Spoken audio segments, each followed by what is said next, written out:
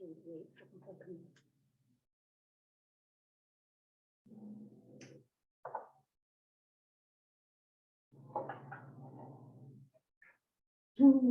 Seem good. Okay. So we're opening this meeting of the Needham Board of Health, Friday, June 9th, 2023. I'm going to read a statement about the hybrid meeting according to Chapter 107 of the Acts of 2022 as an act relative to extending certain states of emergency accommodations as passed by the General Court and signed into law by Acting Governor Karen Polito on July 16, 2022, revised Section 20 of Chapter 20 of the Acts of 2021. In so doing, provided modifications to the Massachusetts Open Meeting Law, which allows for flexibility to hold remote only and hybrid meetings while preserving public access and where appropriate, public participation. Currently, that additional flexibility will expire March 31, 2025, unless additional legislative action occurs. As part of today's hybrid meeting, all votes will occur via a roll call. So that rolls off the tongue. Okay, so first, I think we'll review the minutes. And does anyone have any comments? Roll call. Oh, roll call for presence. Thank you. So all those in attendance, do we have any remote? Okay. So, so those present, Ed. Ed Cosgrove here. Rob Partridge. Rob Partridge here. And Kathleen Brown here. Okay, now we can review the minutes. Any comments on the minutes? Oh, no comments. Yeah, okay, so motion to accept the minutes. I'll move to accept the minutes. Any second? Okay, all those in favor, Ed, Yes. Rob, Yes. Kathleen, yes. Now we're on the fee schedule.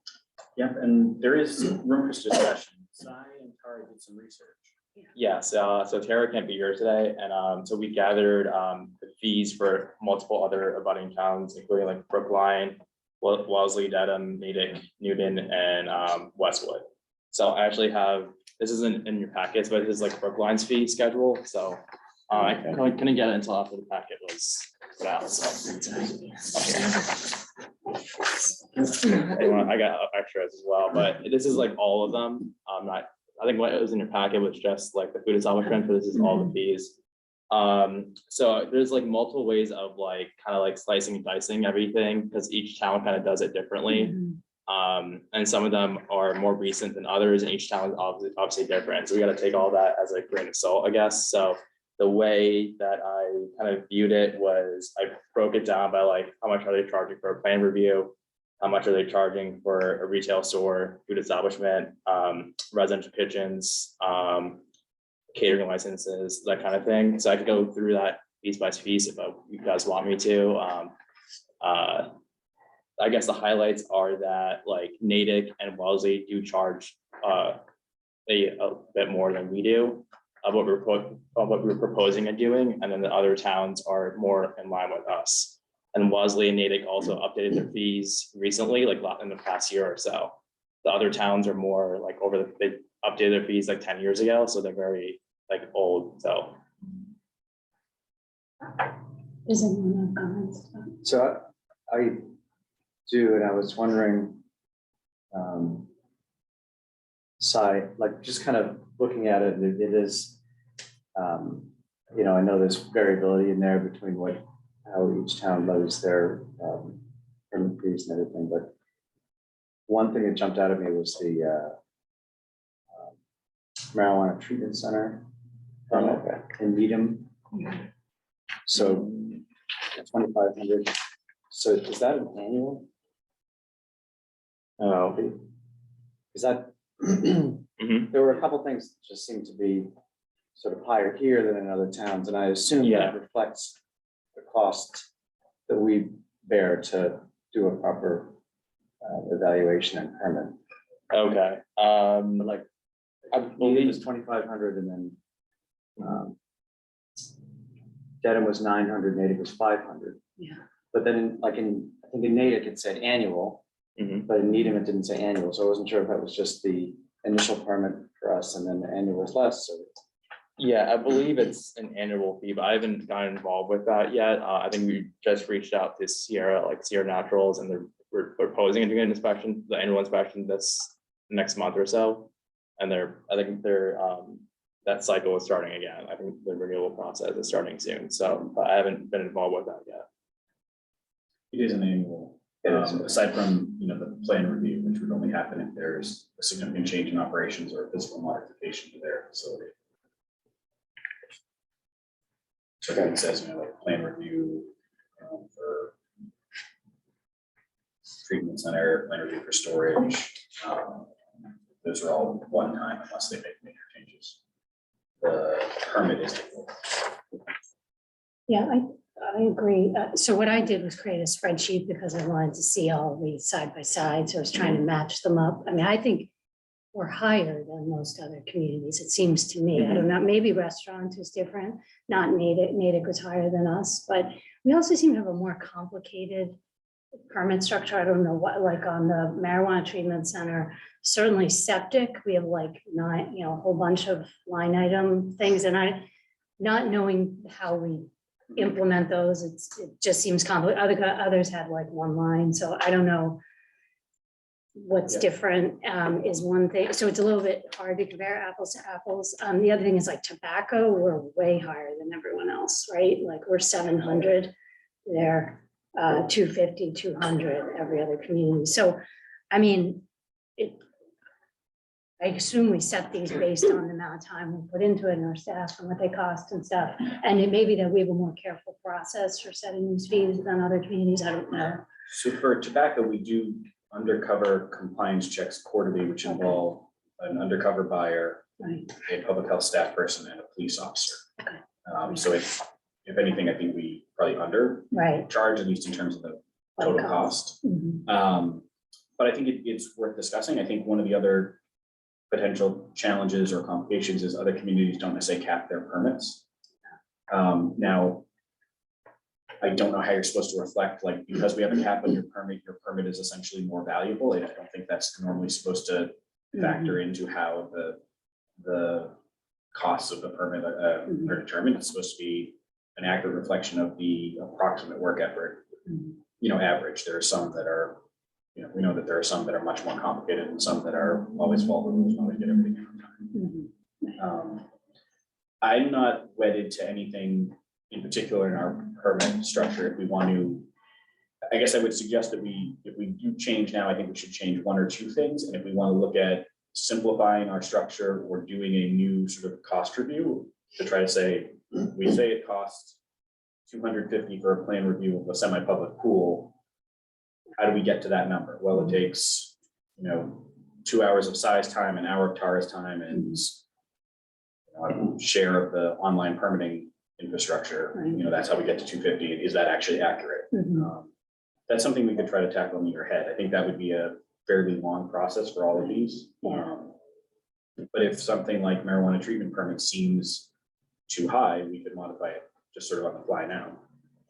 But I think that the most important thing is that you can justify each one of these fees based on. And I gotta be honest, I would employee say input. marijuana was a ton of work. Anytime there's a change and at the very beginning, because there's only one of them, right? Right. There's not restaurants, which we do hundreds. But I don't know if that necessarily reflects the ongoing challenge. I think, by its very nature, if you only have one in a community, you have to essentially spend time prepping before you actually do the work, as opposed to, food service, you would know like the back of your hand. But 2,500 seems like it's an outlier, and that's something maybe we should modify.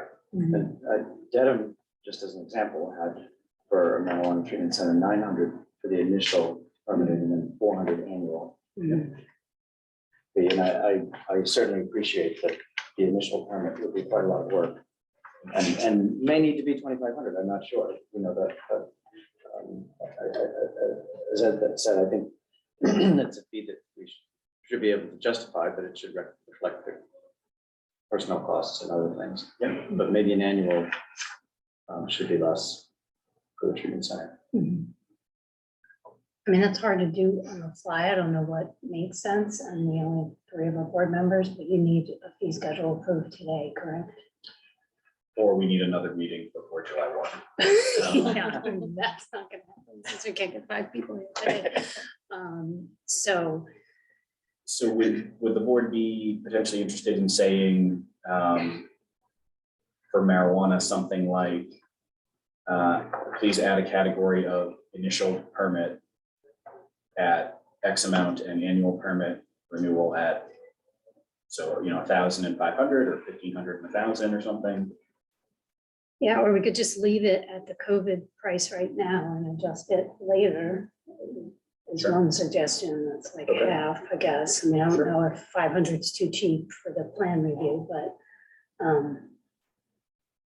don't know if others have I mean, thoughts. it's unlikely that there's gonna be another, Yeah, they're really hurting. marijuana treatment Yeah, exactly. center in These town. centers. Mhm. would be lucky if this one, well, I shouldn't say lucky, but Mhm.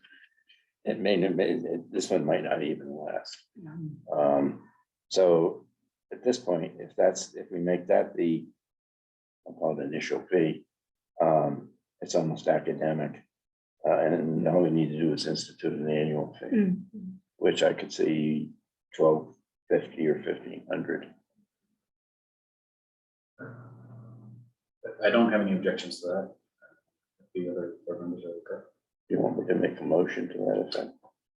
So you're saying, so 1,200, so basically it's kind of what we have right now, the annual. Yeah, So we would keep most things the way they are, or most of the categories would be as proposed, but the marijuana treatment center permit would be $1,250 instead of the. annual permit, and then Mhm. for an initial permit would be 2,500. Okay, great. Like I can make a motion to that. Are there any other ones that look too high, too low? That's right. The only other one that kind of jumped out at me, and it wasn't quite as much, but it was the tanning centers. Yeah. So Mhm. tanning centers, we definitely seem to be a little bit of an outlier in terms of cost. Yeah, like we're about twice as much actually as other places, I think. Wellesley was 150, Devon's 300, Natick. Sorry, Devon's 200, Natick's 300 for the initial permit.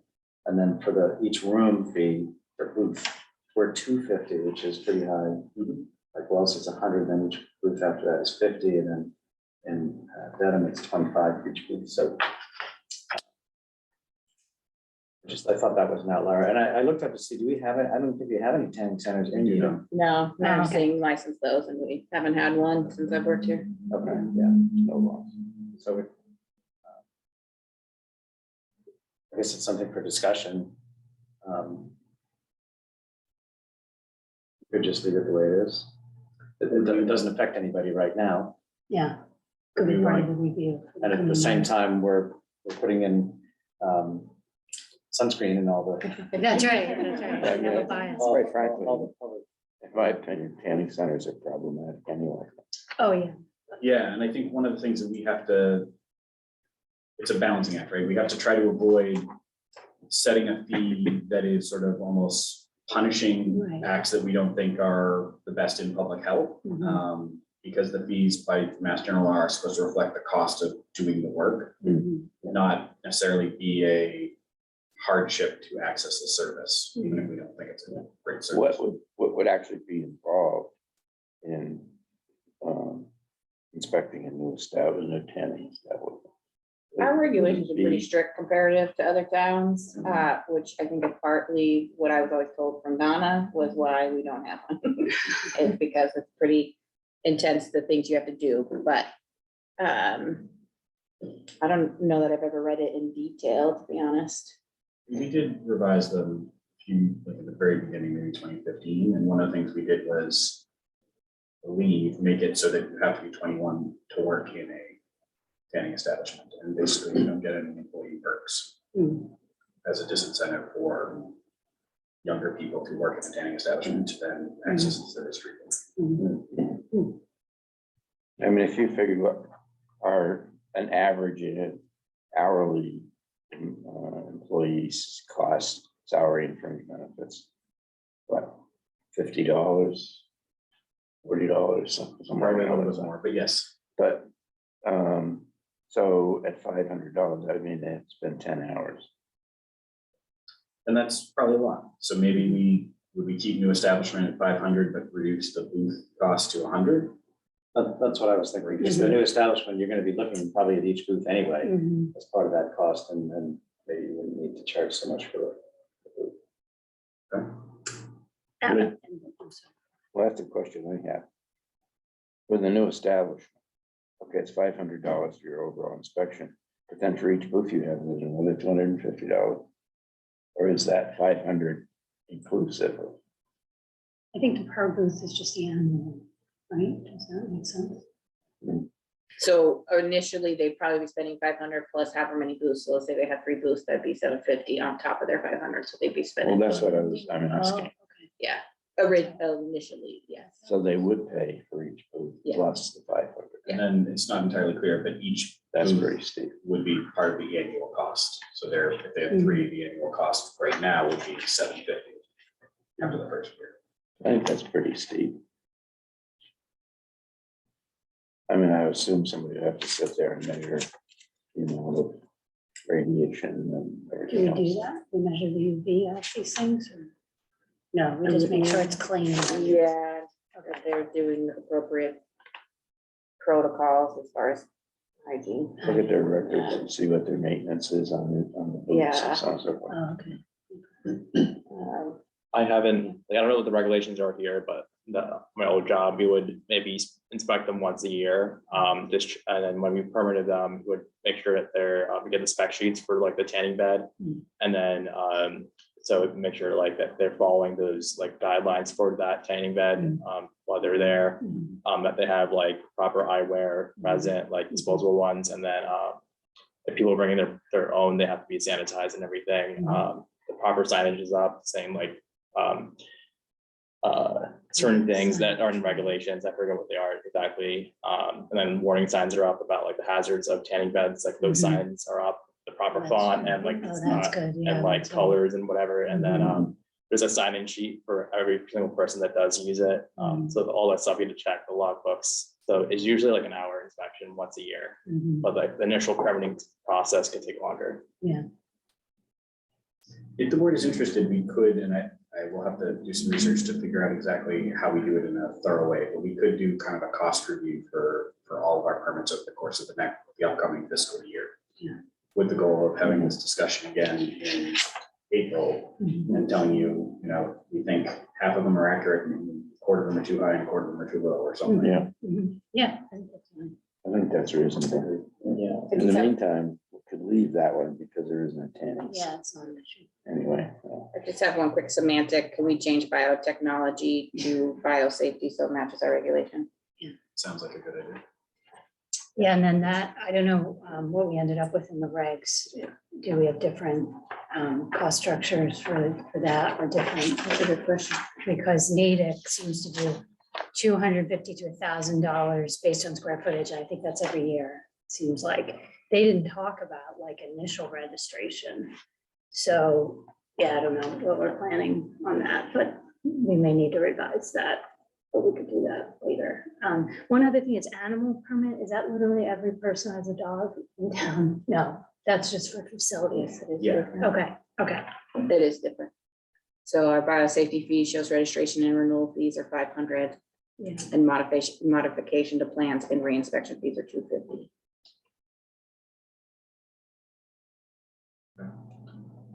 Is the board okay with including what we just adopted in our regs? This seems like the thing to do. Okay. An animal permit is, correct me if I'm wrong, for the keeping of essentially livestock. So you have a horse, you have, Mhm. Chickens, goats, that kind of thing. Okay. Is there also a dog permit? No.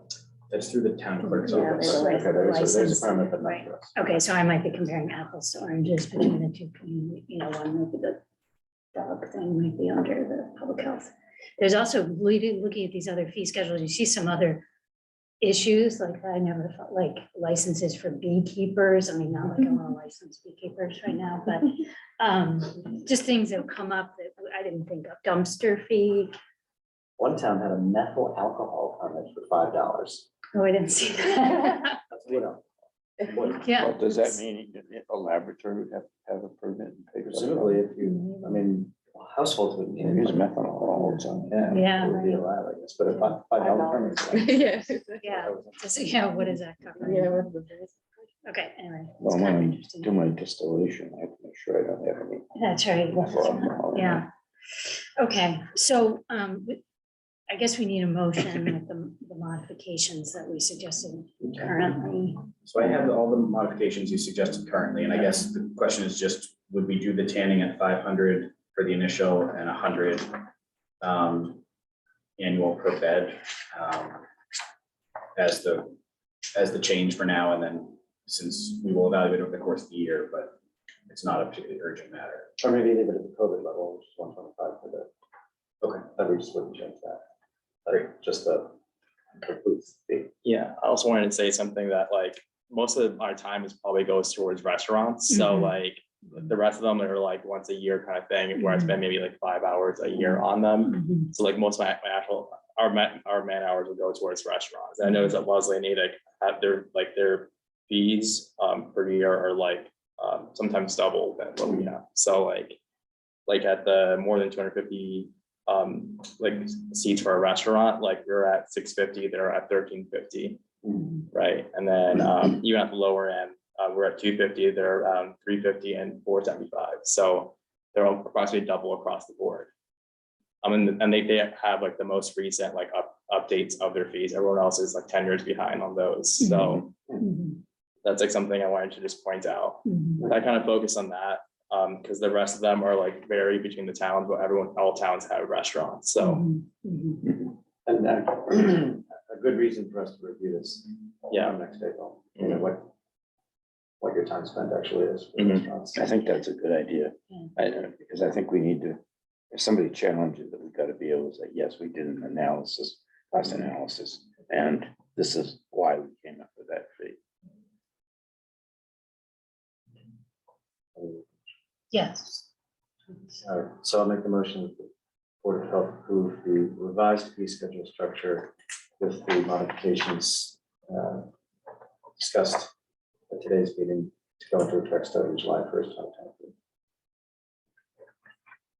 I'll second that. Okay, so in favor, Rob, Yes. Ed, Yes. Kathleen, yes. Thanks. I know there was a lot of legwork trying to reach out to all these communities. And so, So I think our goal would be maybe not for July, but for September to come back to you with our plan for how we do a cost review. And we'll conduct it over 4 or 6 months. And we'll next spring, we'll have results to talk about. okay, so our next item, I think, is the shared services.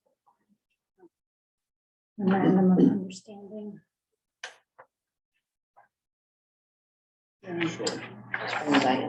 Yeah. Can you hear me? There you go. Yes. Hello, good morning, everybody.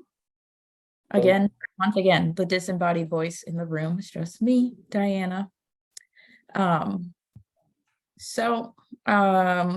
What I have in the packet in front of you guys is a draft version and final version of the memorandum of understanding that Regina Villa Associates had created for us. So to give a little bit of background, Charles River Public Health District, we created a working group with Regina Villa, which consisted of the Board of Health chair at the time. So Ed was our representative in Needham, but the Board of Health chair from each community, plus at least one staff member from each community was supposed to attend these meetings, which we were pretty successful in having good attendance. So basically since March, we were meeting monthly. Major goal of the group was to create a memorandum of understanding. So with the assistance of Regina Villa, a draft MOU for our shared services agreement was written. The initial draft was reviewed for language by Needham's Town Council to make sure that we have the appropriate language and that we're not missing anything major in there. So the MOU basically establishes an agreement for all participating municipalities to commit to working together. So this is our first step in really creating a solid agreement between all 4 municipalities in the Charles River Public Health District.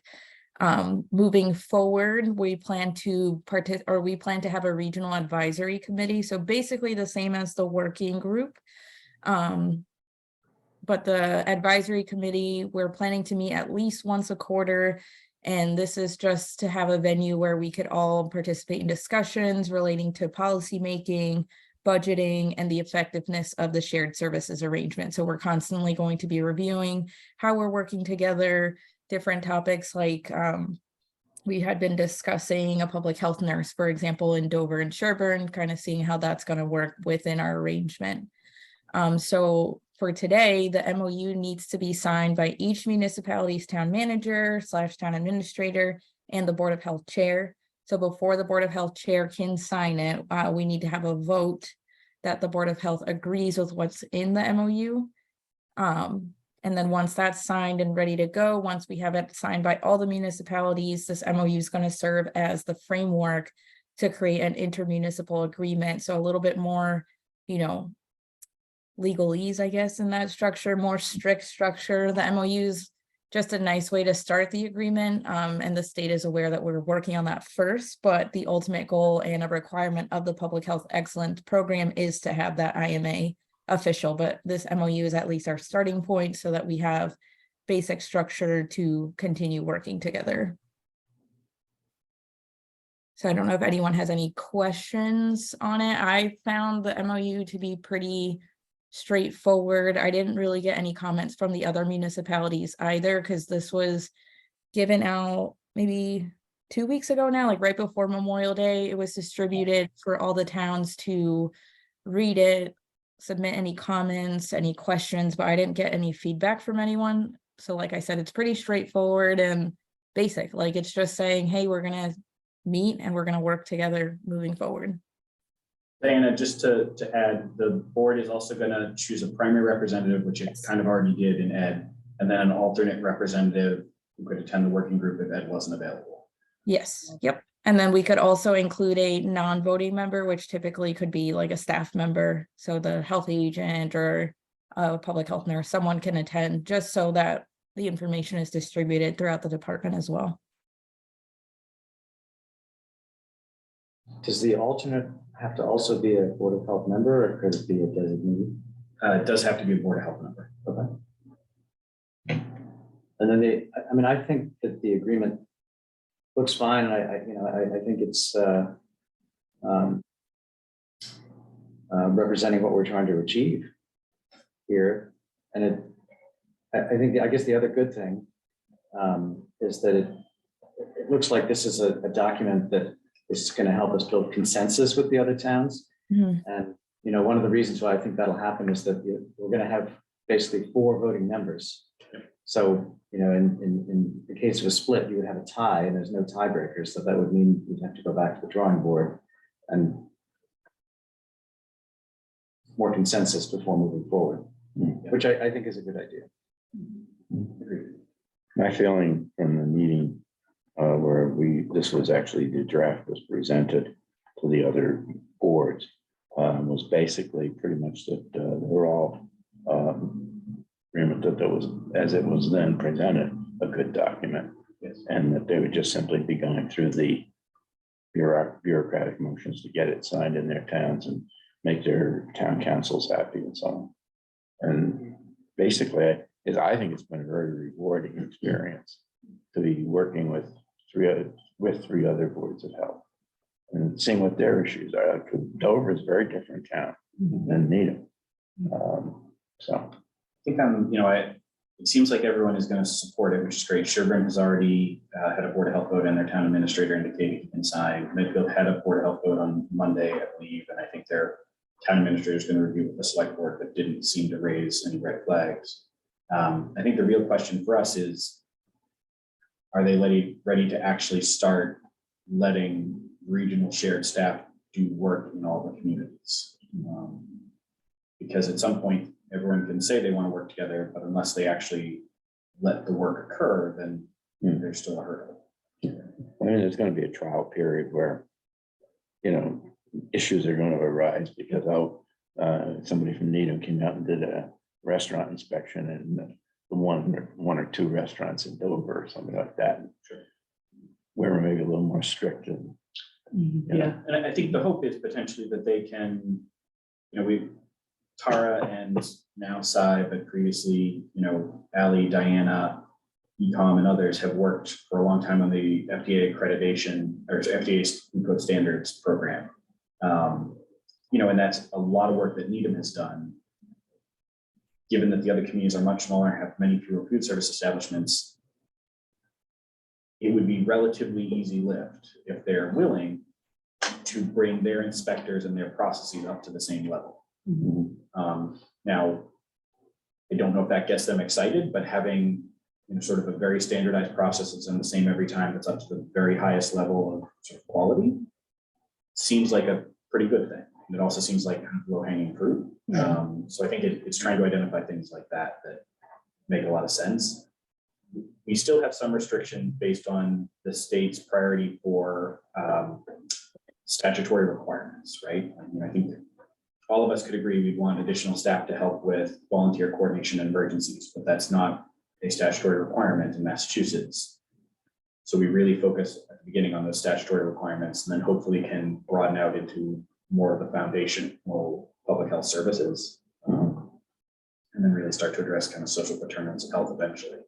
But that's a 5 or 10 years down the line. Yeah, this is sort of like our first initial baby steps in this. Yeah. And I wanted And- to add for those FDA standards, like it's so much easier for the other towns because Needham put in so much of the legwork. We already have a lot of the policies in place that we could easily share with them and they could adopt. So it's like little things like that would be, like Tim said, an easy lift. Same thing with tobacco compliance, it would be a conversation, is their police chief and police department willing to work with their public health in the same way that Needham and police and Needham Public Health have? But we have a process, we have policies and procedures. So there's a lot of things I think they could take pretty easily and make their own. Same thing, I think it's a much bigger conversation, but alcohol compliance, right? The process that we do each twice a year is something that the police chiefs and public health directors in Needham, Dedham, Norwood, and Westwood all agreed to, and that's how all those communities do their work. It seems like it might be of interest to those other communities to sign on to sort of a standardized process that people have done. And I think there's some reassurance, I guess, if you have political concerns, if you're a select board or town manager, that the work being done in your community is the same standard, same quality, same procedure as the surrounding communities. So, a vendor that has a restaurant in Dedham and in Needham is getting the same type of check.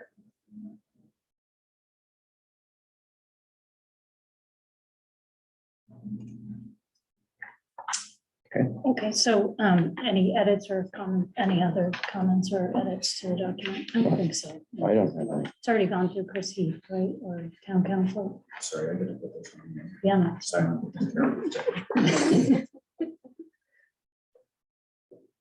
Um, My understanding is that it has gone through Chris. Yeah, It I has think gone it's, through there's multiple even a rounds. comment in there. Okay, yeah, that sounds good. So I trust his judgment. There's some liability stuff, but it's kind of like we're all in this together. It's Basically. like, right, so Mhm.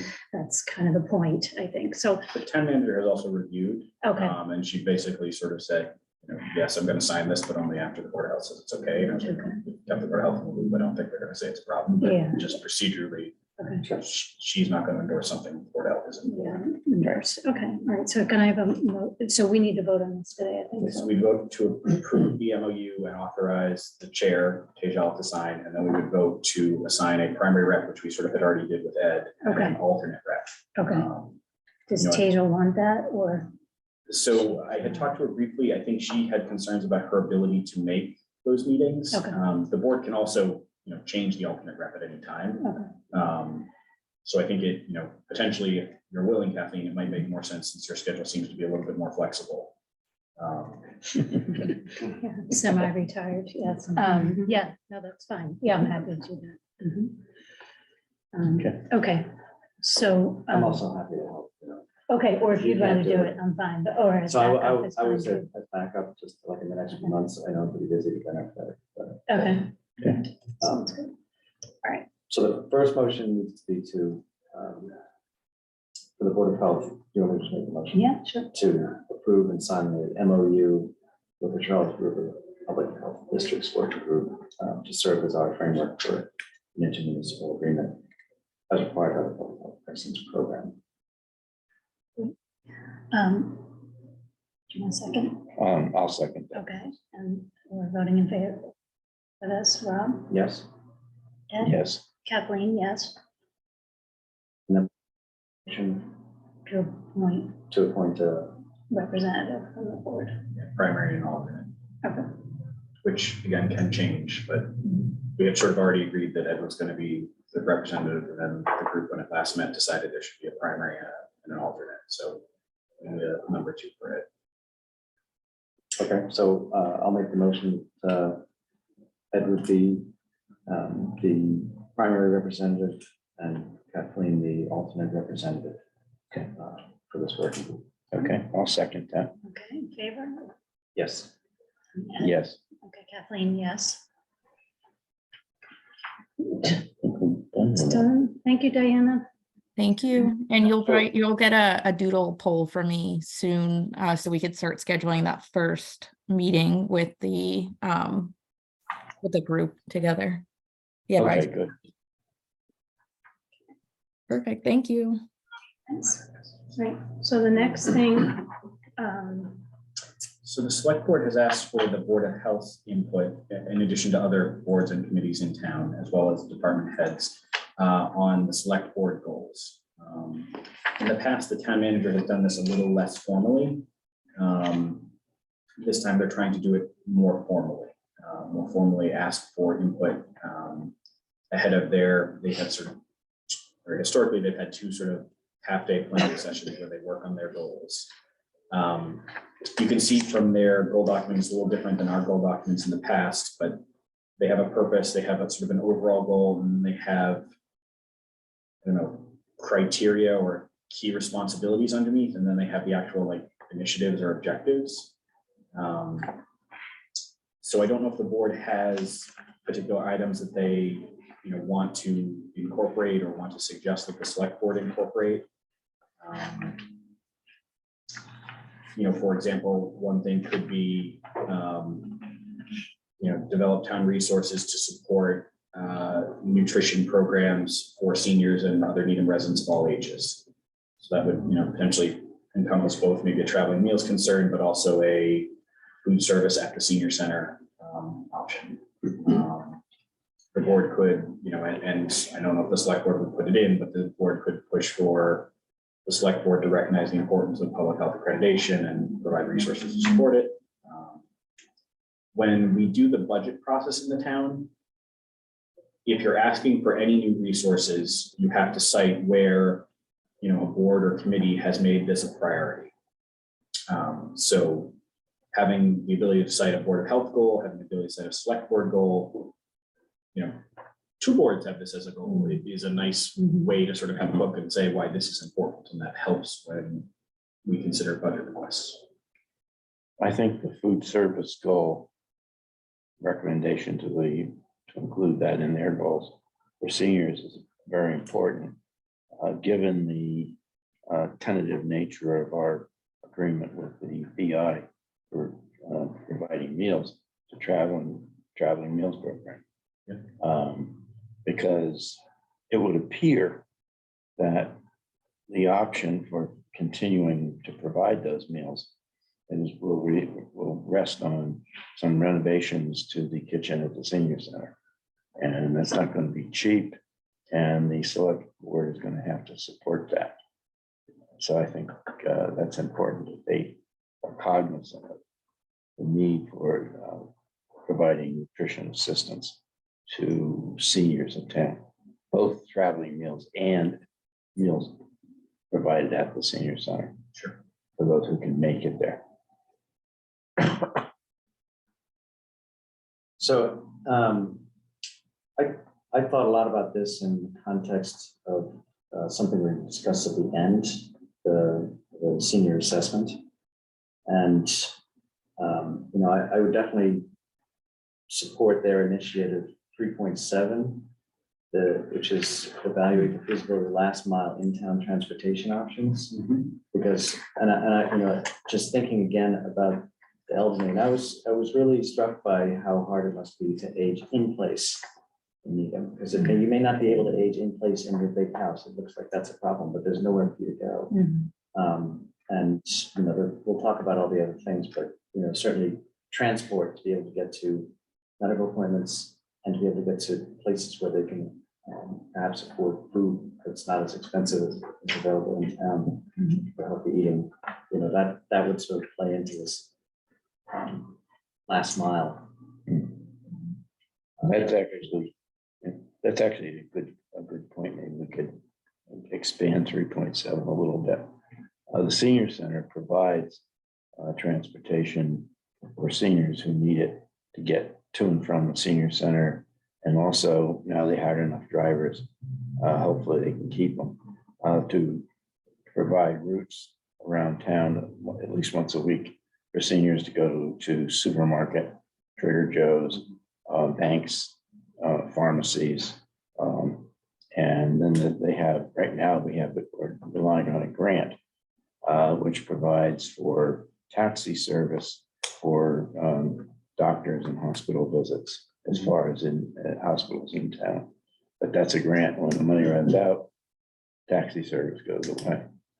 So, and there's plenty of people up there who need it. So. Some of those, like, where you have a shopping trip that goes from, those can be difficult. They can be hours. Oh, yeah, that they someone can- is they take a out, long and that time. can be a real challenge, Yeah. like, particularly if you're COPD or something. I think, I don't know what the solutions are, but other options for transportation. I know Newton was trying it wasn't just older adults, it was anyone. It was like a ride share, you could, almost like Uber, but cheap or free, very inexpensive. I don't know how much usage they had actually.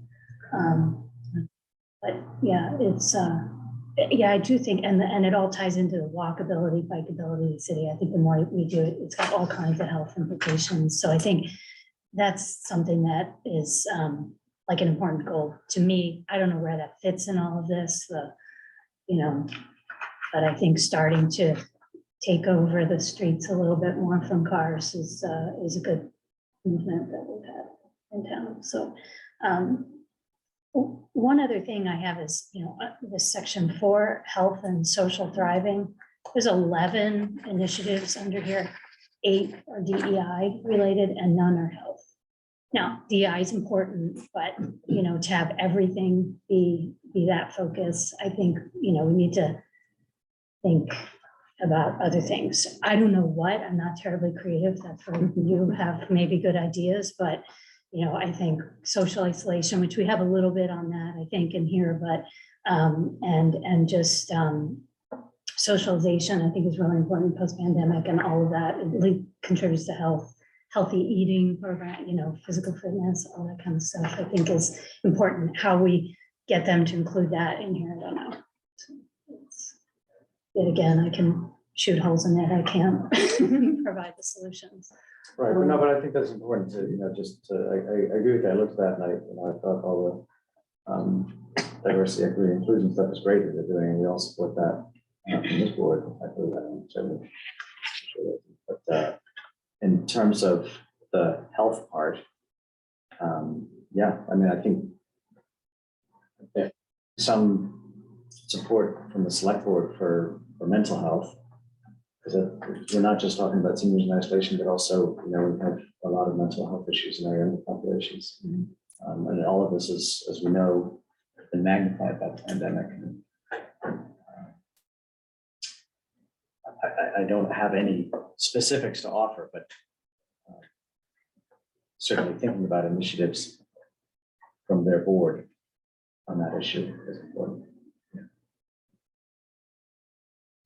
I think one of the things that's particularly interesting, and I think it's a balancing act, as Ed knows, but we want to have extended hours at the senior center.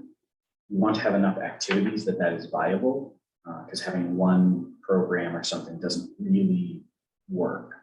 But where there's opportunity, for example, to use some of the program space in the afternoon or evening, particularly evening, for youth counseling, that's a way potentially to do a couple things, help activate the senior center, but also give additional sort of space and time slots for youth counseling, because their youth and family services has a very limited physical footprint.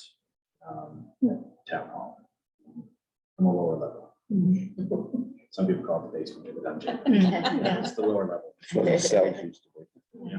But I also think like actually getting more youth stepping in to there might be, might be a good activity, right? Like getting more, like they did a game night with the seniors and Yeah. high school kids. Right, Some schools do Sages and Seekers, where I don't know if our high school does that, where the teens meet with a sage from the community on a regular basis for the community. So I think because you read in that survey, which we'll talk about later, that there's a little bit of like, young versus old in the survey data, that people feel, the older feel like they're marginalized. If you're at town meeting, the young parents feel like they're marginalized, and that it's all us, older people running the show in town. So I think, more, I don't know, getting more younger people in there might be a good thing. Yeah, I'm always sensitive to the fact that some seniors feel like the fact that the very name of the center at the Heights instead of senior center was because the town is planning to steal the space from them and make it a rec center. Okay. Director of Health and Human Services, so if there's a secret plan to take something away from seniors, I hope I would be able to one. But, I think when we do after, so it'll tie into maybe some of the other things we're talking about, but, Ed, we were talking yesterday with the Council on Aging Board meeting about, food insecurity and senior nutrition. The staff of the Center at the Heights graciously let the Booster Club host dinners, I think it was on Tuesdays during football season, for the football team, the cheerleaders, and all their parents and the coaches. Yeah. And they brought in food. And that was a great use of space, it was a great use of sort of sharing community space. It helped because we were able to add some programs that we might not have been able to afford to, because there were already enough people in the building to make it viable. Because when the building is open after hours, we have to either add building monitors or custodians or both, depending on the timing and the number of people. and then you start paying time and a half or overtime Sure. for some of those people. And I do think some of it, is, there's a lot of things we can do with volunteers, there's a lot of things we can do with additional space. Some of it just comes down to additional staff time, whether either full-time or part-time, to coordinate, an intergenerational age program, after hours or something. So some of it might be some additional resources for staff at Aging and Youth and Family Services to, add a counselor that'll work Tuesdays and Thursdays from 4 to 7 p.m. or something. Now, finding that person is going to be really hard, because it's really hard to find anyone, and especially hard to find food service staff, nurses, and mental health workers, and van drivers. Yes. Well, I definitely have a few things here. So I have food security and nutrition for seniors and residents of all ages. Ways to address senior isolation, potentially expanded service hours, mental health for all ages, last mile transportation, walkability and bikeability, and sort of like physical activity, the physical configuration of the community, conducive to people who do that. Are there other, what I will do is I'll work to try to put these into the form of a sentence or a goal that is phrased in such a way that I can send those to the town manager and select board. I guess maybe the only other thing I don't see here anywhere is, and I don't know if it's something to include there, is like substance abuse or whatever is that's a huge part of our work.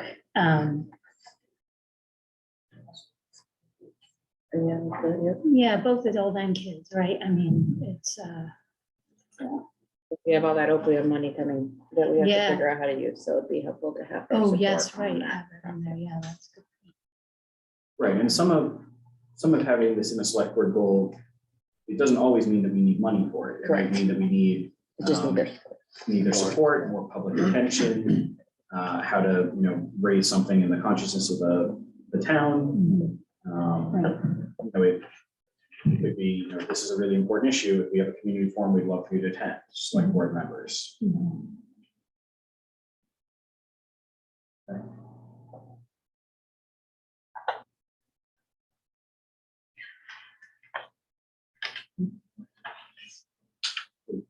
Okay, Okay. so I will work to put those into the form of goals. I'm also gonna solicit input, and Ed, this is an example of me sort of forgetting what the left hand and right hand are doing. I came to the Council on Aging last night to talk about the space study, but I forgot to ask this question, Ed, to the COA board. So I'm gonna send all the board members an email saying, hey, I forgot to ask you this. Do you have any input? But we'll also ask the youth commission for their input as well. Okay. Okay, so next I guess we're on the CATH space study, which is a really big report. I like the link, though. I like not having a 500-page or whatever document. Yeah, well, that That's would've- great. Thank you. So it was a long process. It was funded by an earmark. Sorry, this wasn't funded by earmark. The work in the kitchen specifically was funded by an earmark from State Representative D. Scarlett. The overall space study was funded by town meeting. I asked for it in large part because CAP is a decade old. It's a very successful building, it's well used. There were some assumptions that were made when it was being designed and built that, have not come true. There were some things that, we thought there'd be a certain level of interest, and there's a lot more interest. There's some spaces that, we thought would have a certain level of use and have gotten far less use. Notable among them, for example, is the fitness program. Ed, you might be able to talk about the difference between the Stephen Palmer basement and the fitness program now at the center of the Heights, but I actually only reached the point where I might have been interested just as we were transitioning. So all I know is the Stephen Palmer basement with a pit. And that's about as much as I can say about it. But the fitness room at the center of the Heights is a great facility. It has been since it opened. And but it's quite crowded. and it's very crowded. You can go there almost any time of day and find at least no less than 4 or 5 people in there. And frequently it runs up to 13, 15. Now you get 13 or 15 people in that room, all doing different things and using different pieces of equipment. It's crowded. Yes. And it gets very stuffy in there. And it's not comfortable. On the other hand, I think at the time the CAP was being designed, the pool group was a much more local group. And so they got a much bigger room, a nicer room than we got. And now it's not used. You go up there half the time, it's dark and there's nobody in there. And there's 15 people across the hallway in the fitness room. And so one of the plans was how to resolve that. And generally to move the fitness room where the pool room is and maybe switch the pool room over to where the fitness room is or relocate it someplace in the building. My wife's suggestion last night was to turn it into a man cave in the basement. Yeah. That's not a bad idea. So I think, I presented this last night to the Council on Aging. It was presented a couple weeks ago to the Permanent Public Building Committee. The town manager and the 2 assistant town managers are going to meet with the library director tonight because the library is also going through a space utilization study. We sort of backed into, partially because I kept asking for more input and there wasn't input to get, but we backed into kind of a report that has alternatives that are mix and match. So there's not a lot that you have to do this because you did that. There's a lot of things that are sort of separate and independent. If you found a little bit of money, you could do this. If you found a little bit more, you could do this and that. The library, I think their process resulted in, here's a plan for 16 million. And the town sort of said, you need to go back and have a similar approach to the CAF one. There are 3 really big capital projects on the town's radar, which is the Mitchell, the Pollard, and DPW garage. Those will take up for the next decade plus almost all of the capital spending for the town. So we designed it in a way that if there is a little bit of money found here or there, there might be the ability to do some small projects. I think for me, the biggest issues are the kitchen. I'd love to have a commercial kitchen. It would, in my mind, sort of kill 2 birds with 1 stone in terms of providing a secure future for the traveling meals program, as well as expanding our options for nutrition and food insecurity. I think there's some serious issues with accessibility at the senior center. The handicap accessible parking spots are at the back of the building. The handicap accessible entrance is at the front, although it actually has been not workable. It's been broken for about 2 years. As a part of this process, but separate from getting financial items into the capital plan, the town is going to, working with the MBTA, so we'll, I don't know, for 2 years, is going to rent 13 additional parking spaces. We're going to partially restripe the back parking lot at CAF because we're going to put in an emergency generator, a permanent emergency generator, rather than a generator that's on the sidewalk. That will make it safer for seniors to walk. We will restripe the back to add some more handicap spaces. We'll add some handicap spaces and new rented spaces and just regular parking spaces as well. But one of my goals is also to have a second accessible entrance to the senior center. I think the fitness room is one of the ones that makes the most sense. There's a room 10 feet away that's 400 square feet bigger or thereabouts. But there's a series of projects. There's also the roof, which is very nice, but is loud. We can't really do a ton about that. But it is also very hot and sunny or very cold almost all days of the year. And so could we add some shade options? Could we add some more comfortable furniture? Could we add some plantings and make it a space that people would use more frequently? That's the hope. And that, you know, is a comparatively small investment to achieve something like that. So this board and the Board of Health doesn't really need to do anything except, at least in my opinion, continue to advocate for health-related causes for seniors.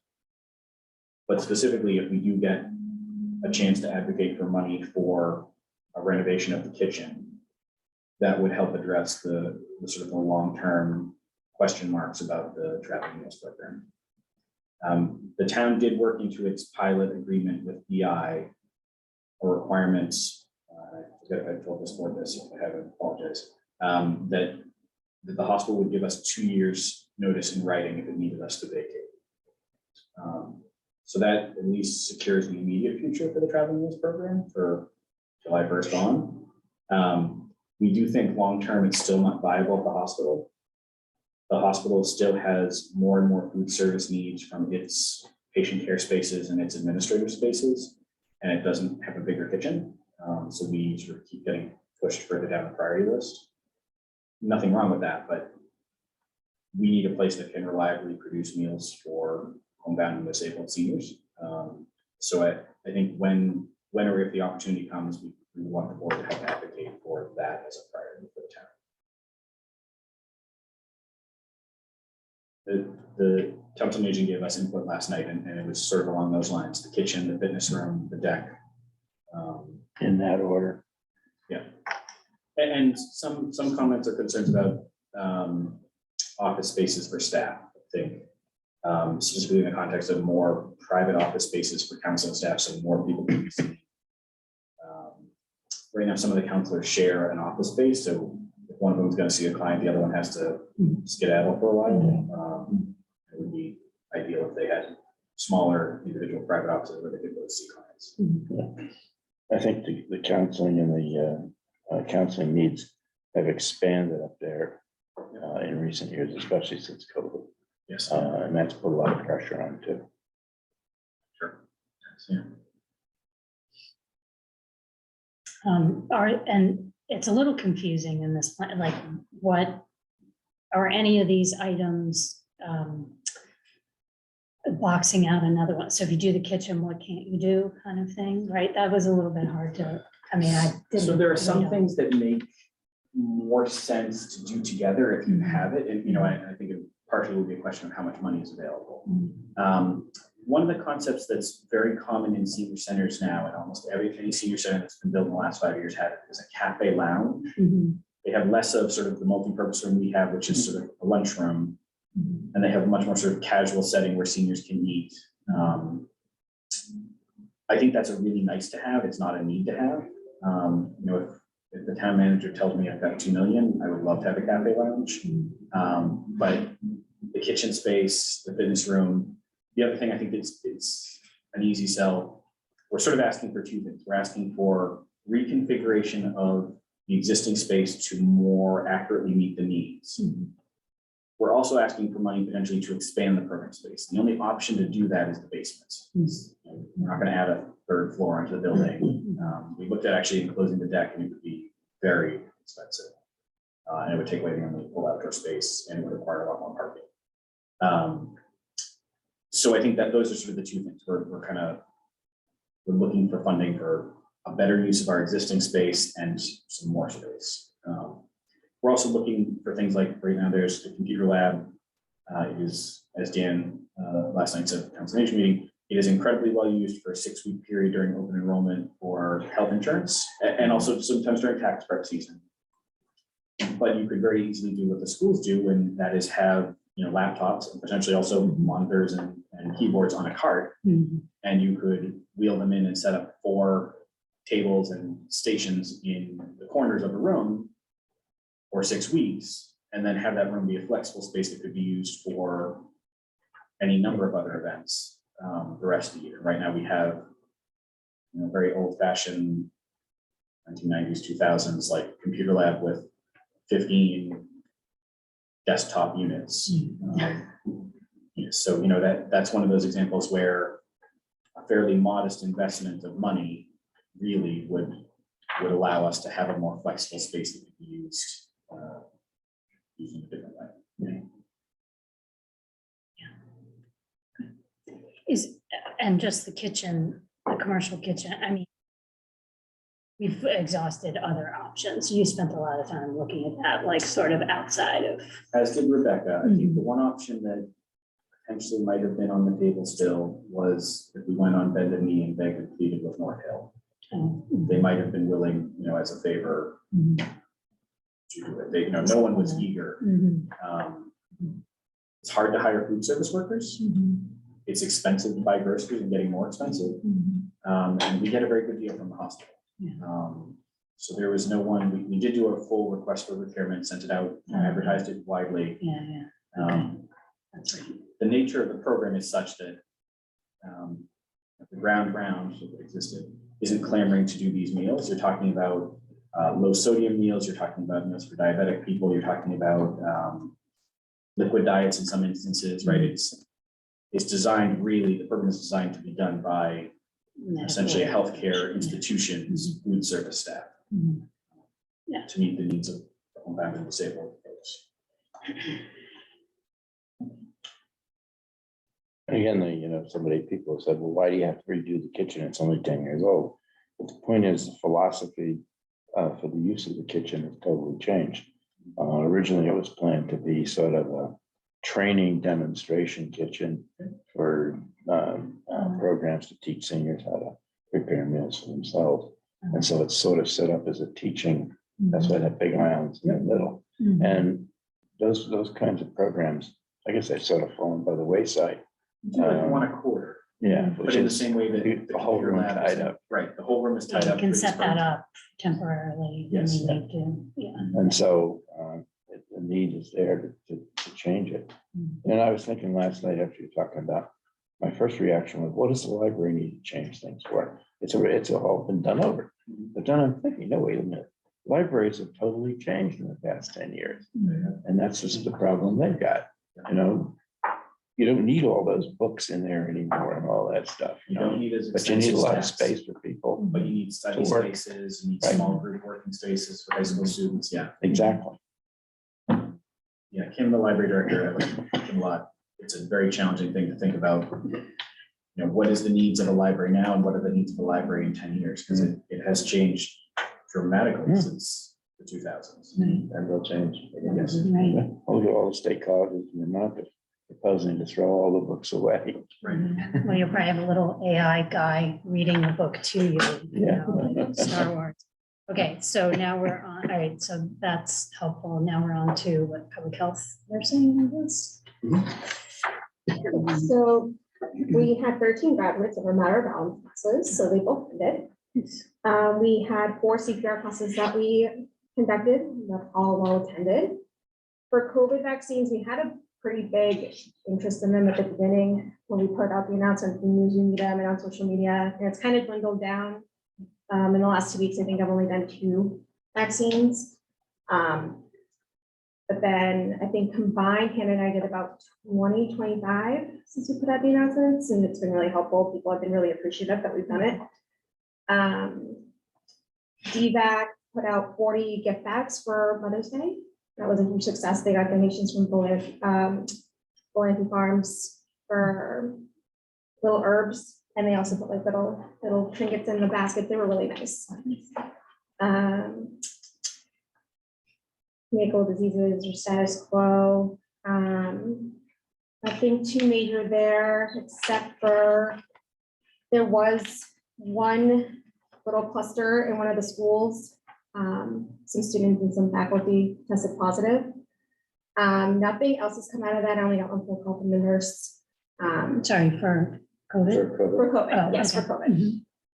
They took all the necessary measures that they had to. They had other students that had symptoms, test, and if they were negative, they can come back, but nothing else came out of it. No more than 5 for each students and teachers. And yeah, any questions? Looks like there were a few salmonella cases and some Hep B. You know anything else? So unless there needs to be follow-up on my end, we just get a notification that the state is still with them. Yeah. Yeah, Hep B, we only have to do if it's under child, so we don't do most cases. And I was told that there was a question about TB last time. Generally, most of Massachusetts is seeing influx of immigration, so that is why. And all of these latent TBs are generally notifications when they come to the country, so we get them generally from the state, gets it from New York, when they pass through. So it's just a notification that they've had the disease at some point and it's not active. Sorry, do they continue to test positive for TB once you've had it, or? only Yes, if you're, depending on which way you do it. So yeah, if you're infectious, you have different IgGs and Mhm. IgAs and blood work stuff. Mhm. But if you're latent, you'll always test positive on a On skin the one. skin, okay. Which is but why other they than don't really screen anymore. Correct, like on yeah. the healthcare And they'll ones. do a chest X-ray if they need to as I, well. for the- I assume too that they've already figured in that when somebody comes in and tests positive for TB, whether or not they've had a BCG Right. vaccination. Yeah. Yeah. Do all the blood work, yeah. And Yeah. then if they test positive though, before they immigrate here, they do have to initiate treatment there and finish before Yeah. they come here. So. Yeah. The only TB case that I had to deal with is still latent, and I just had to do referrals. Mhm. So, Yeah, and that's the one thing, just so that the board knows, the schools are struggling with of how to test students who come here who had the vaccine, Mhm. because you can't do the skin test, can't do the manto. Mhm. And all the clinics are crazy full, and you can barely get into them to get blood work done for testing. So that is something that we're trying to figure out, but to be determined, I guess. Yeah. How many, do you know how many students that, like, what's the volume? Susanna didn't tell me, but there's a few. I know we recently did vaccines for a few that needed those, but it's almost any child who moves here in the middle of the school year from a different country Mhm. needs the TB test Like or a the blood work. blood test, like a. Mhm. Generates the T blood, spot, yep. T spot. Yep. And the Huh. state won't do it unless they've shown that they've been exposed, Right. so we They can't won't just do it necessarily so get they an can go to order. school if they miss something. Correct, but it's kind of required by schools that they get Right. it done before they go in. So does the kid sit home? No, Oh, okay. yeah, no, they've been Okay. into school. It's just a matter of trying to continue to get them in. Right. Like the Framingham Clinic's completely booked. They opened up a new one that's going on the weekends, I think she said. But still, it's gonna be just as booked Yeah. because it's, everything is so full. And then I think it's the other one in Boston that they used to send to, same thing. You just can't get into it from us, Right. so. So, yeah, working through that. Thank you. It's good. And now we're, what, epidemiology? So Julie's out. Yeah. She said there wasn't really anything stand out unless you guys had any questions about anything specific. Somebody else. I don't have any questions. Yeah, this is good. I like her short report, save her some time. Okay, emergency management. Michael is also out. Oh, okay. He's at his national guard. Yep. Oh, how long is he? He's back on Monday. Oh, okay. 2 weeks. It was just a week this Oh, time. just a week. Okay. We do have a functional exercise on Monday. Mhm. And considering I wrote the request for quotes that got us the contractor, you think I remember the topic of It's it? about a water main break that affects downtown. And we're gonna drill the EOC. Oh, So we'll be meeting at the police station at 9 AM on Monday to practice how we would deal with that. okay. Interesting.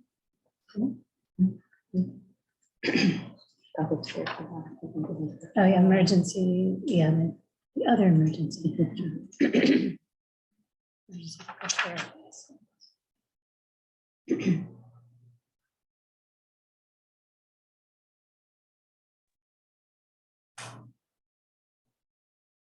Good morning, everyone. Good morning. Yeah. First activity MRC, we continuing to provide in-person training. So we coordinated with the Needham Police Department to provide active shooter training to not only MRC, but also public health staff members. The training was scheduled on May 19th, but due to request from the presenter, we had to reschedule. So we had the training last Tuesday via Zoom. Second, NC8 had an opportunity to collectively nominate 3 people from the 8 towns to attend a special statewide training day that is sponsored by Mass Department of Public Health. The training day, it was in Worcester, and it's targeting MRCs and Mass Volunteers Program, and Needham, we nominated 1 volunteers from our side. Second activity, we attended 1 day MRBC Region 4AB conference on May 2nd. The conference covered regional hazard vulnerability assessment, among other topics. And then on May 15th, they sent out hazard vulnerability assistance survey. It took from me 2 hours to fill out the survey, and it's target all public health public health offices, emergency medical services, and it asked serious questions relevant to different rules in preparing for and responding to list of hazards. For third activity, we worked on search and contact vendors to purchasing emergency preparedness resource like 50-person shelter cart kit, so we can use it if we open a shelter or something happen, God forbidden, so we can use that. And we purchased a voice translator to provide translation.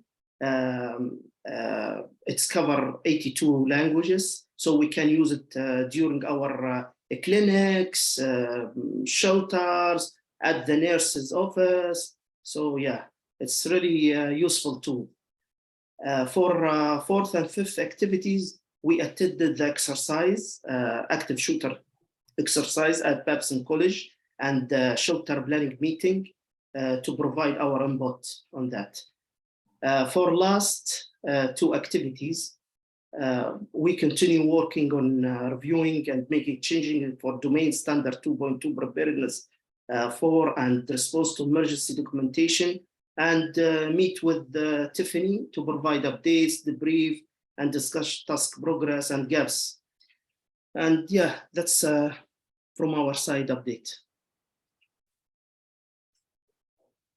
Questions? No? Do you have any questions? Yeah, you're Doing good work. Sorry, I missed the training the other day. I would like to have done that. Is that recorded? No, he couldn't record it. You couldn't record it. Yeah, I asked Officer Joey for that, but he said in this kind of training, we don't record that. It's time. All right, great, thank you. Yeah, go. The language translation thing is really interesting. Yeah. Be good to have Sounds like people both of them. who speak the language check it. Well, that's what, so He probably Tala's just- gonna test it out and Okay. make sure it works for. Yeah, maybe check for us, Spanish yeah. and like the big ones. Yeah. Yeah, that's cool. Okay, shared services. Oh, no, sorry. Shared services report. Yeah, that is, sorry. Hi. Yeah, I'm here again. So shared services going on pretty swimmingly. I mean, earlier was our big topic was to go over the MOU. Roland has continued assisting Needham with various inspections, so it's been great. He's been doing a really good job, really complete food inspections reports. Whenever he has any issues come up, he knows I'm in his pocket at all times. So he's been doing a really good job. I am currently trying to finalize the process of obtaining licenses so Needham already has Food Code Pro, but I want to expand it to all municipalities in our group. We would also be adding on Housing Code Pro, Pool Code Pro, and R360. So R360 includes inspection forms for camps, body art, and tanning. I know we don't really have body art or tanning in Needham, but I wasn't sure if the other towns had it, but whoever wanted to elect to put it in their town, they told me to obtain a license. So I'm trying to finalize everything at this point. I have reached out with Relevant. So Relevant sent out documents for the other municipalities to sign. I'm just waiting for them to come back with a signed document so we can start initializing everything. I know in Dover, we have a little bit of an issue that the health agent is working on. I think there's a little bit of pushback from one of the Board of Health members, but hopefully we'll get over that hurdle so that he gets access to all these inspectional programs. Because as you guys know, Food Code Pro has been really key for any investigations with the pictures and everything. I've never gotten into Housing Code Pro, but I had done a little beta testing on Pool Code Pro, and they both seem pretty straightforward as far as reports. So what we're used to in the food reports, we'll get a similar format for housing and pools, which is really nice. And it's great because it provides a nice checklist, especially for the pool, because the pool code is pretty much a checklist already, so that we can ensure all the inspectors are going through all the regulation and make sure that our pools in all the towns are meeting the state requirements, which is really nice. Yeah, so our working group, like I said, we're going to be transitioning into a regional advisory group. So now that we signed the MOU, I'm just waiting for the other towns. We're hoping to finalize that by June 30th. I'm not sure if anyone has any questions for me, but those are my major updates. Does anyone have questions? No. Just like financially, who's paying the licenses? Does it come out of the grant or each community comes out? of the It'll grant? come out of the grant. The grant will cover the licenses for all the communities. Okay. And that's And one of the approved, one of the Oh. items for the allowable expenses, it's on there specifically. And I think about, I want to say 30 other PHEs, a lot of PHE groups are using the same system. So the Office of Local and Regional Health is very familiar with their licenses and packages. So I'm not worried about that getting approved. That's definitely something that we can do. Cool. Okay, great. Thank you. And we increased budget for FY24. So we went up from 150,000 to over $280,000 for next year. Oh, wow. Okay, great. All right, great. Thanks, Ann. Accreditation. We have a lot of activity happening, and one of the pieces, we included the summary of the senior assessment in the packet this month, but plan to go into that more depth next month. And we'll send you all of the appendices that Okay. were referred to, maybe through the link. Yeah, like the yeah, other, that's fine. report, but we're happy that that is being finalized. The data has been used in the community health assessment. So even though that report separately is, the finishing touches are being put on it, the data has been used. And we're, fingers crossed, hopeful that we could preview the community health assessment with the board next month, potentially. We've identified a couple of projects for quality improvement related to accreditation requirements. Currently finalizing a workforce development plan. And we've recently kicked off a contract with a consultant to help with the brand strategy. That was another requirement for accreditation. And even though the health department has logos and letterhead and messaging that's in place, the goal of this is to audit materials, talk with stakeholders, and make sure everything's consistent. Essentially, they're going to give us a toolkit that everyone will be able to access for any types of communication, messaging for particular audiences. And then one thing that's always ongoing is we're just continually pulling documentation, labeling it, making sure it hits all the requirements for all the different standards and measures. But we're making progress.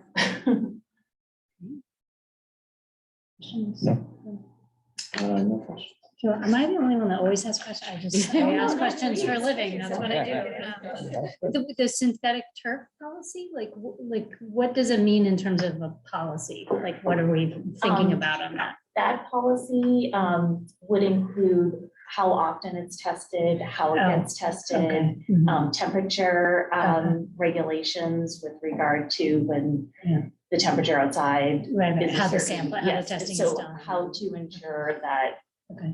the safety regarding people using Yeah.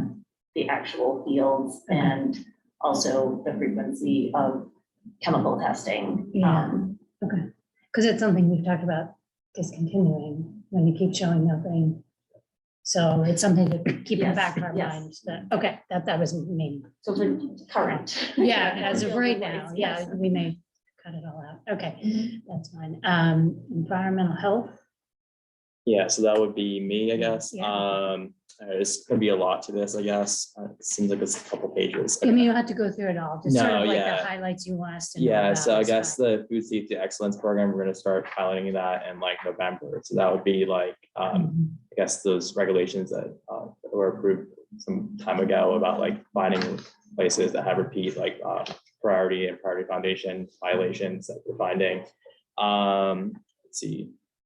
With housing, the High Street case that has kind of come to an end. So we issued like a compliance letter for that.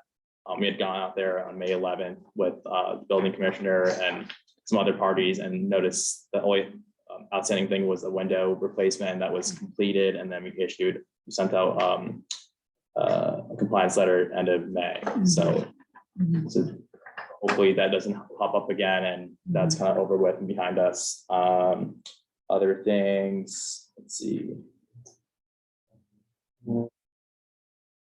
So a bunch of, I guess, seasonal ice cream trucks were permitted. So those are done. So you see any in town, they're probably permitted.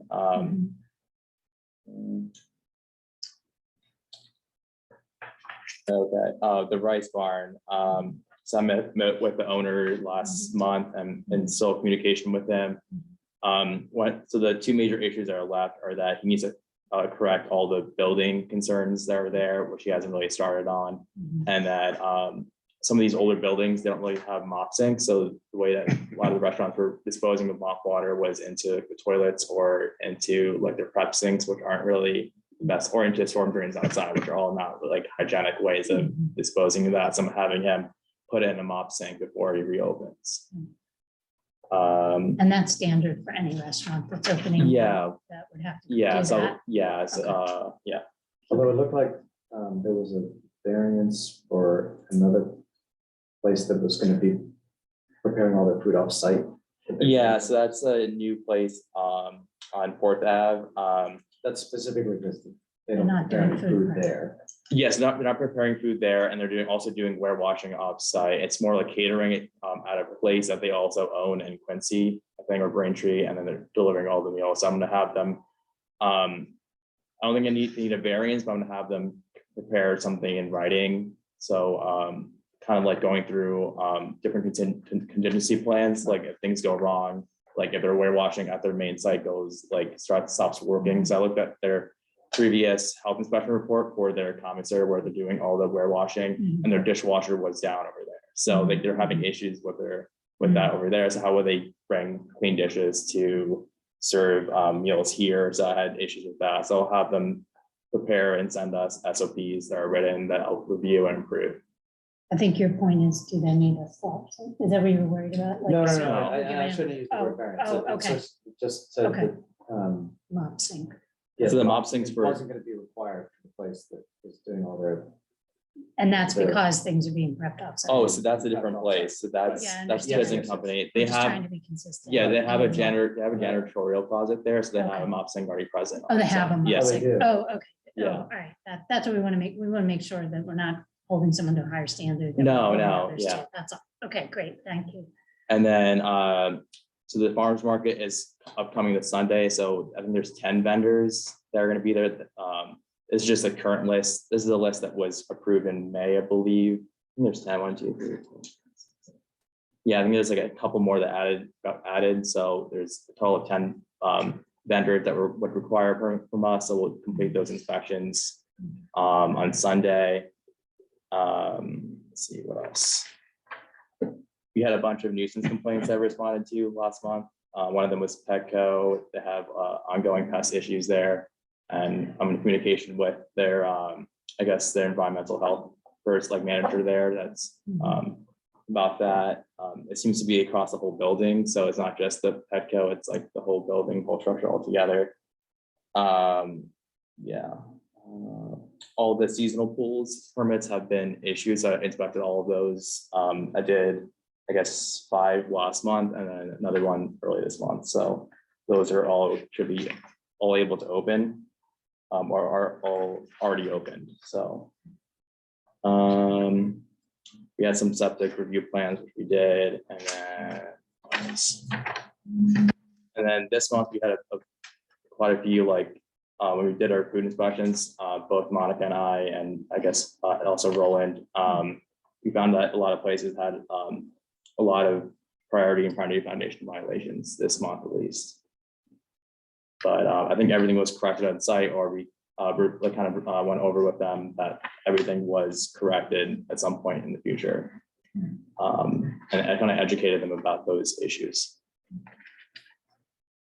I was just at the Chamber Street, Needham Housing Authority, the smoking, I feel like that's been kicking around. Is that the same place or is that different? Or is there another one with the smoking issue? Or, Oh, There's been multiple NHA properties. oh, okay, so maybe, oh, okay, it's a different one.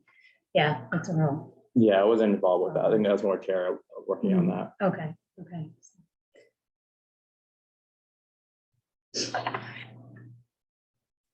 All right. Lots of temperature stuff, right? And then the ready to eat food, I mean, I guess they're the priority violations that you have, right? So it's always.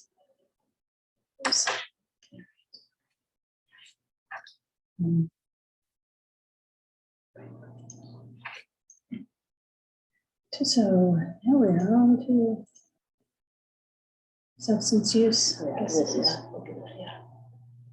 Lydia.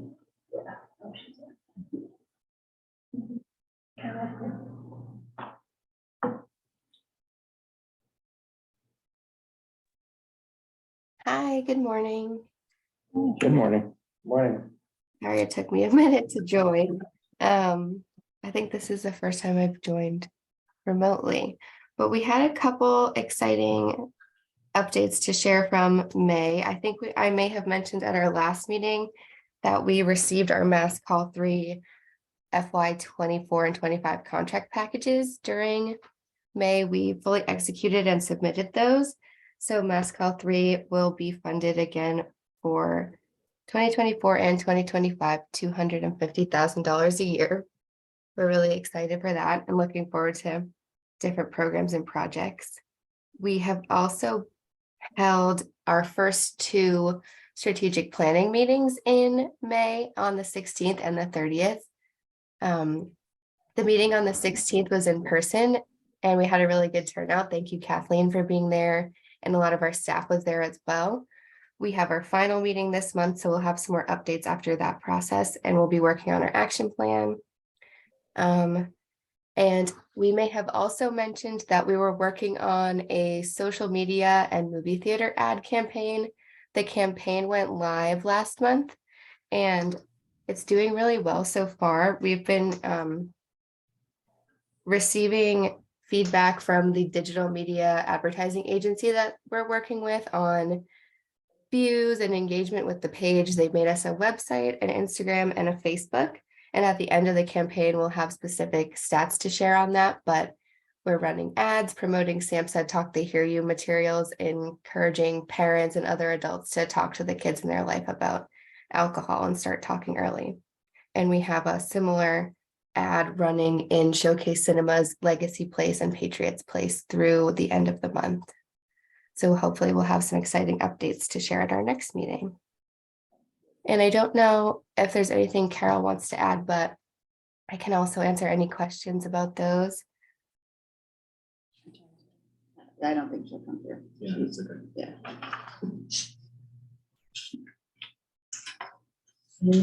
Okay, great. Yeah, you had a really great turnout for those meetings, like in person, and even the follow-up, we still had like 30 people, which was great. Cool. Yeah, thank you. Any questions? Nope, I'm all set. All right, now, I guess Karen or?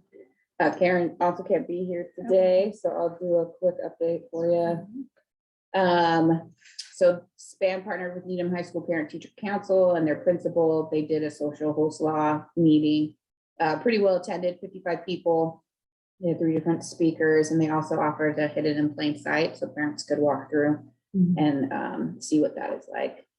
They did a tips training. Thank you to Carol and Jason Sullivan from Dedham Police.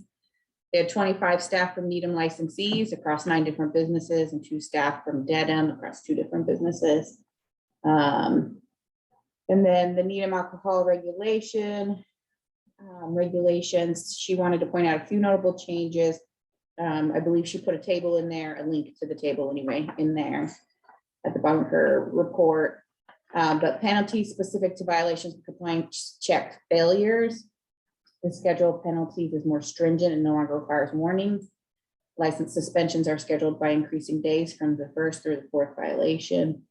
Suspensions of more than 1 day will be served consecutively and are no longer allowed to be spaced over weeks. And training is now mandatory for the employee involved in a violation or compliance check failure and the on-site supervisor at the time of the violation or compliance check failure.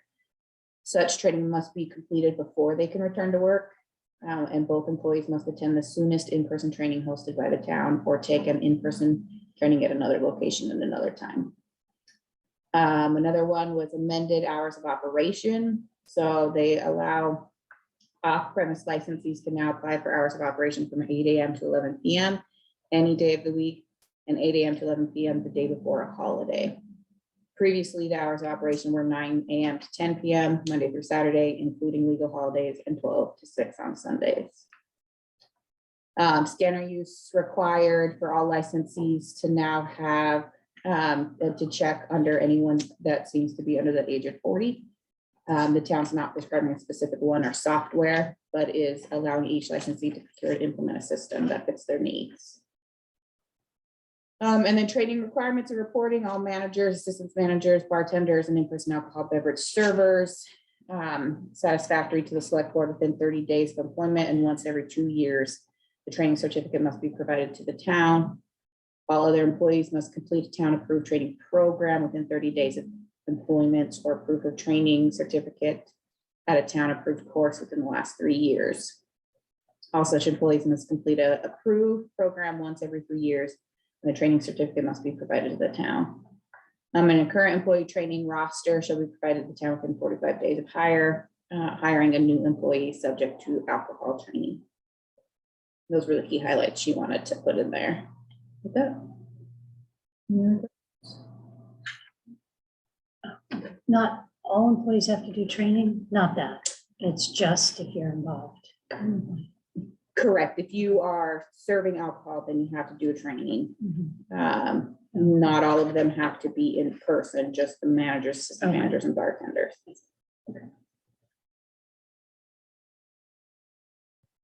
I'm just noting in the tips training summary that of the 2 failures in April, one of the establishments had 3 people do May training and the other one didn't have any. Yeah, I think we're trying to figure out a way to poke and prod at the ones that didn't quite live up to the needs, to come to the in-person training. Still work in progress on how to best do that, because we don't have a way to hold them accountable Right. for not coming, so. Yeah, and like that one, the most recent failure, the one that didn't send anyone, they haven't sent anyone for over a year, right? Yeah. I mean, most places haven't sent to people, I guess, but. Anyway, Right. Okay. Most places have failed 3 times. yeah. Uh-huh. Last year, yeah. So, okay, great, thank you. All right, so traveling meals. So not a ton to report aside Yeah. from what I mentioned earlier about the fact that the pilot agreement between the town and the hospital, which is still being negotiated, but will be signed soon, will include a 2-year written notice period if traveling meals needs to leave the hospital. Other than that, not a ton of updates. Okay, so senior assessment, is this just for our information? Are we gonna review? It's just for your information, we're gonna have a presentation about it next month. Okay, This was sort of a long time work of staff, including Cindy and Lynn and Julie, yeah, to put together. It's briefer than our previous report, but I think there's a lot of good information. My previous part, I mean, the one from 2016. mhm, I think there's a lot of good information in there that will help us both in public health and in aging services. yeah, it's really informative. I like the sort of quantitative and qualitative way to get some feedback and. We are gonna, as part of our accreditation work, develop a 5-year strategic plan. Different than the 5-year strategic plan for opioid spending. We have lots of planning going on. plans But for we're gonna plans. start that in July. So that will be helping the Board of Health set its goals, helping ensure that those goals integrate into a departmental strategic plan, and then carrying that further down into the goals and objectives that staff will set as part of the performance review process. So it'll sort of join up 3 things that probably should have been joined up but haven't been. And then just very briefly, one of the complicated housing situations that we had discussed previously, up until yesterday, I could have told you has been resolved in a manner that is great. And then yesterday, something happened, and so it's still a complicated housing situation. But the staff is working to do what is appropriate for them and not be caught in the middle as a proxy for 2 people that want to sue each other. Mhm. I wonder if having that housing code sort of app down the line will help just sort of systematize, rather than somebody on site taking notes.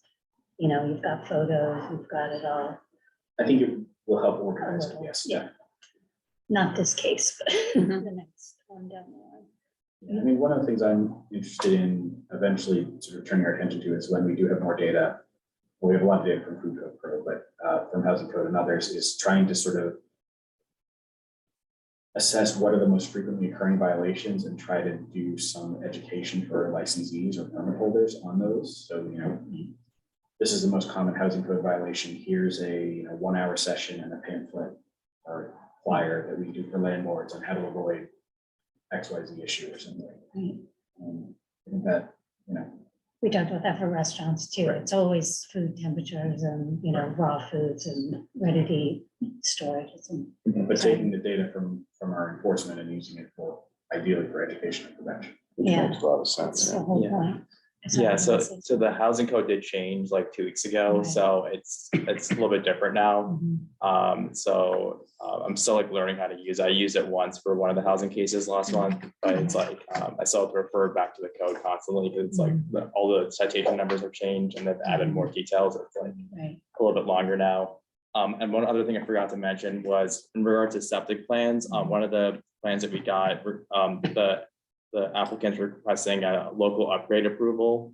And usually, like the approving authority needs to like, approve those. I was just wondering if the board would want those to go in front of you guys directly, or would you want staff to approve those directly in-house? I don't know. anything Okay, about I can explain this, that further. so is there, what have we done in the past? Or has this never come up before? So historically, the board has voted on variances. Mhm. So we would present it if there is a formal application for a variance. This was which. Yeah, so variances were for like new construction or like a increase in flow to like a septic system, and like usually, my understanding is that variances are generally like rejected in most cases by most boards of health because you have to prove that there's, the variance would be not, what do you call it?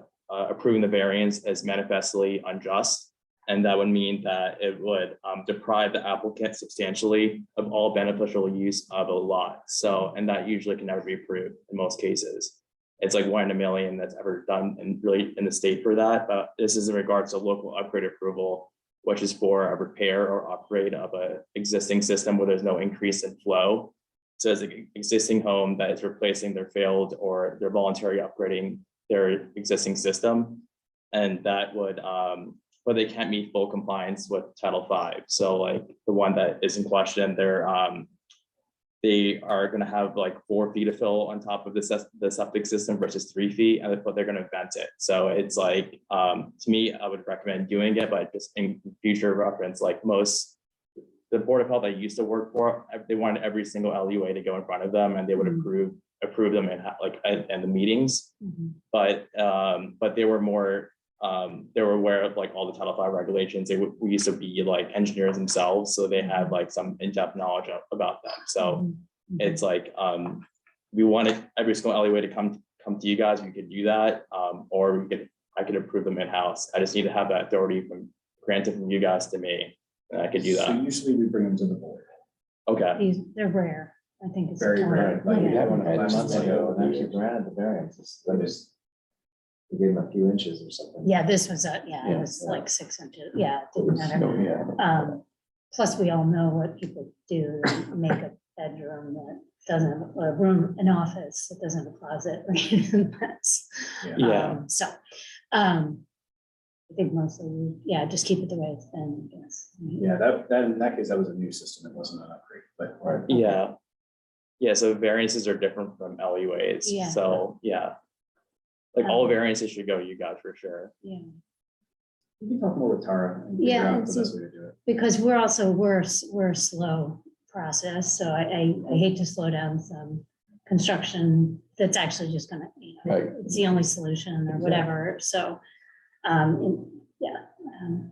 so figure it We'll out. go over with Tara and we'll Yeah. have a recommendation for you next time. Okay, Okay. and you generally have the authority I do.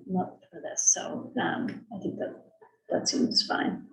Shoot, I had some other question I was gonna ask, and I can't remember. Anyway. Great. Just Tiffany went through sort of the chart that I thought Karen and her team spent a long time developing, which was a link and I thought it was helpful. We didn't sort of dwell on it last time, but there is the chart that was on page 70, which was laid out all in one chart, the compliance checks and the tips trainings. So you can see that, there's not necessarily a strong correlation of if you fail, you send people the tips, or if you pass, you send people the tips. Mhm. Mhm. There was also a question about, I think it was from Stephen though, from whether or not, let's see if I can put this together in my brain. Whether or not when Needham became a non-dry town, we saw a change in the data. And these slides didn't get put in there, so I'll send them to you guys. But no, it Change in- continued, change in alcohol Metro use. West Yep. Health Study kind of. It continued to trend down until 2018, and now it's in an upward trend for Needham specifically. Dr. Epstein also asked about how that would compare to other communities. We can talk more about it, especially next month when he's back. That's a very significant ask. To figure out all that Because we data. don't know when and which communities moved from being a dry town to not. And then we have to approach them to get their Metro West data. So I wanted to talk to the board, if that's something you're interested in, we can certainly do it, but that would be a many months of staff time project. And it's retrospective. Yeah, it'd It's be not really retrospective. So right now we have the what's it data from informing currently is the question. 2006 all the way through last 2021, the last. I mean, what Metro West. value do we get out of that? Can't unring the bell. You can't, I think it's certainly interesting, you know, if we knew, for example, Medfield went from being a dry town at this date to that date, you know, did we have a significant statistically significant change? No. Did they have a statistically significant change? Yes. Okay, well, you know, what was the difference or something? I just think unfortunately there's not ready access to that data, and there's not one person you can go to say, when did any of these 22 communities go from being a dry town to not a dry town? You know, you've got to sort of start with the town manager, maybe work to the town clerk in each of the communities. There's 22 of them. That takes a while. You have to get permission to get their Metro West Adolescent and Health Survey data. That also takes a while. And what's actionable out of those data is sort of my question. Like, Yeah, how's that gonna change what we do? I mean, I'm it's not too sure it late does. now. It might have been something to form a referendum back at the time, but ballot question or whatever. but, Yes.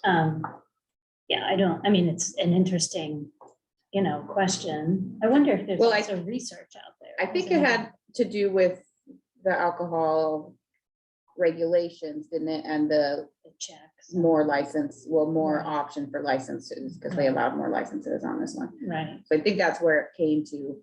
But in general, the Metro West Adolescent Health data continues to trend down. Well, Needham now continues to trend up, both in drinking for the past 30 days and in binge drinking in the past 30 days. So the past data is not going to do us any good. It's the current, probably 5 years that we'll need to continue to watch.